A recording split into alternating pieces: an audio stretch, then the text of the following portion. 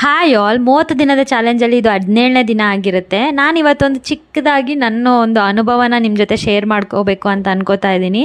ತುಂಬ ಜನ ನಮ್ಮ ಜೊತೆ ಚೆನ್ನಾಗೇ ಇರ್ತಾರೆ, ನಮ್ಮ ಮುಂದೆ ನಗ್ನಗ್ತಾ ಮಾತಾಡ್ತಾರೆ, ಎಲ್ಲ ಚೆನ್ನಾಗೇ ಇರುತ್ತೆ. ನಾವು ಕೂಡ ಅವ್ರನ್ನ ತುಂಬಾ ನಂಬಿರ್ತೀವಿ. ಆದರೆ ನಮ್ಮನ್ನು ಮುಂದೆ ಬಿಟ್ಬಿಟ್ಟು ಹಿಂದೆ ಅವಳು ಹೀಗೆ ಹಾಗೆ, ಇವಳಿಗೆ ಅದು ಬೇಕಿತ್ತಾ, ಹಿಂಗೆ ಬೇಕಾ, ಹಾಗೆ ಮಾಡಬೇಕಾಗಿತ್ತಾ ಅಂಥೇಳಿ ತುಂಬಾ ಆಡ್ಕೋತಾರೆ.